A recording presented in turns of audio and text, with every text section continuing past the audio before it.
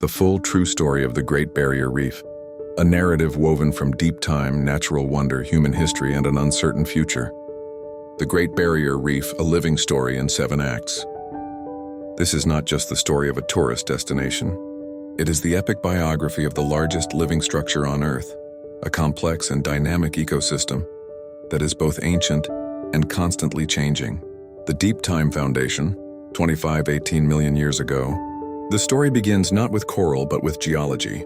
Around 25 million years ago, the continent of Australia, which had been drifting north for millions of years, reached its current position in the tropics. Its northeastern edge settled over a stable, shallow underwater plateau. This location provided the 3 fundamental ingredients for reef building. 1. Sunlight, clear, shallow waters, warmth, a tropical climate. A stable base, a continental shelf on which to grow. The first ancient corals began to colonize this submerged coastline. However, the reef we know today is much younger. Its modern formation began after the last ice age, around 20,000 to 10,000 years ago. As glaciers melted, global sea levels rose dramatically, flooding the coastal plain and submerging the foothills of the Great Dividing Range. The old dead coral reefs from previous eras became the foundation for a new generation. The corals began to grow upwards towards the sunlight, building upon the skeletons of their ancestors. This process created the complex underwater landscape we see today. The first humans, custodians of the sea, circa 40,000 plus years ago. Long before the reef took its modern form, the first peoples of Australia arrived. The Aboriginal and Torres Strait Islander peoples have a deep, spiritual connection to the land and sea that is integral to the reef's story. Aboriginal groups like the Giringoon, Wapabura, and Yirganiji have traditional ownership of the coastal regions and islands. Torres Strait Islanders, with their distinct Melanesian culture, are master seafarers whose identity is inextricably linked to the marine environment. Their story of the reef is not written in books but in songlines, stories, art, and law passed down for over 65,000 years. They were not passive observers but active custodians, using sophisticated fish traps, practicing sustainable hunting, and managing the land through fire stick farming, which reduced silt runoff that could smother the corals. The reef was their supermarket, their spiritual heart, and their home. The European gaze, discovery and exploitation, 1606-1900. The European chapter began with a near miss. In 1606, Dutch navigator Willem Janszoon aboard the Duifken became the first recorded European to encounter the Australian continent, sailing along the Cape York Peninsula. He missed the reef itself. The infamous first recorded encounter was by another Dutchman, Captain James Cook, aboard the HMS Endeavour in 1770. On June 11th, the ship ran aground on what is now called Endeavour Reef, near present-day Cooktown. Desperate to save the ship, Cook's crew jettisoned cannons and ballast, some of which have been recovered, and eventually patched the hole using a novel technique called fathering, sailing a sail under the ship to plug the leak. After weeks of repairs, they navigated through the treacherous waters and into the safety of the open ocean. This event opened the door to British colonization. The reef quickly transformed from a navigational hazard to an economic resource. The subsequent centuries saw exploitation. Bêche de mer, sea cucumber fishing stations were established. Pearl shelling and trocus shelling industries boomed, often using forced Aboriginal and South Sea Islander labor under brutal conditions. Whaling ships hunted in the reef's waters. This era marked a fundamental shift from the indigenous philosophy of custodianship to one of extraction. The scientific awakening and a world wonder, late 19th century, 1981. As its economic value grew, so did scientific fascination. Early naturalists were astounded by its complexity.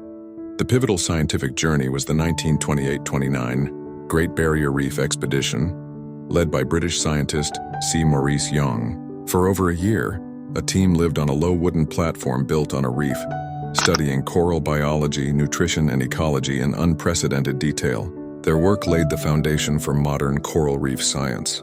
Public awareness grew, and with it the first inklings of the need for conservation. The tourism industry began in earnest in the 1930s. The pivotal moment came in the 1960s when the Queensland government announced plans to mine limestone from the reef for agricultural use. The public outcry was immense. leading to one of Australia's first major environmental campaigns. This pressure culminated in 1975 with the establishment of the Great Barrier Reef Marine Park by the Australian government. Its creation was a world first in marine management, balancing conservation with sustainable use. In 1981, its global significance was recognized when it was listed as a UNESCO World Heritage Site, described as possessing superlative natural beauty and being of enormous scientific and intrinsic importance. The modern threats, a perfect storm, late 20th century, present. Protection from mining and overfishing was a vital step, but new, more diffuse and global threats emerged. 1. Crown of thorns starfish, XOTS. Outbreaks of these native starfish, which voraciously eat coral polyps, have caused significant damage. While natural, evidence suggests runoff from agriculture, nutrients that boost plankton which COTS larvae feed on, has made outbreaks larger and more frequent. 2. Land-based runoff. Fertilizers, pesticides, and sediment from farms and coastal development wash into the reef, polluting the water, encouraging algal growth, and smothering corals. Climate change, the greatest threat. Ocean warming causes coral bleaching. When water is too warm, corals expel the symbiotic algae, zooxanthellae, living in their tissues, turning them bone white. They are not dead but are severely stressed and can starve. Mass bleaching events in 1998, 2002, 2016, 2017, 2020, and 2022 have caused catastrophic mortality. Ocean acidification. As the ocean absorbs excess CO2 from the atmosphere, the water becomes more acidic. This makes it harder for corals to build their calcium carbonate skeletons, weakening the fundamental structure of the reef. The fight for the future, science, conservation, and hope. The story of the reef today is one of active and desperate defense. A huge collaborative effort is underway. The Marine Park Authority, GBRMPA, manages the reef through zoning plans controlling tourism, fishing, and development. Improved water quality. Programs work with farmers to reduce runoff and improve land management practices. COTS control. Teams of divers manually inject the starfish with a bile salt solution that is lethal to them, but harmless to other marine life. Coral restoration. Scientists are developing coral nurseries to grow resilient corals and transplant them onto damaged reefs. They are also researching supercorals that can tolerate higher temperatures. Global responsibility. Australia and the world are grappling with the need for rapid reductions in greenhouse gas emissions, the only long-term solution to saving coral reefs worldwide. The unwritten chapter. The full true story of the Great Barrier Reef is still being written. It is a tale of breathtaking resilience and profound fragility. It has survived ice ages, sea level changes, and asteroid impacts. The question is whether it can survive the Anthropocene, the age of humans.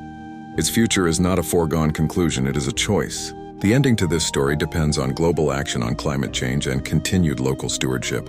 It remains a vibrant, awe-inspiring place, a testament to the power of nature and a sobering reminder of our responsibility to protect it.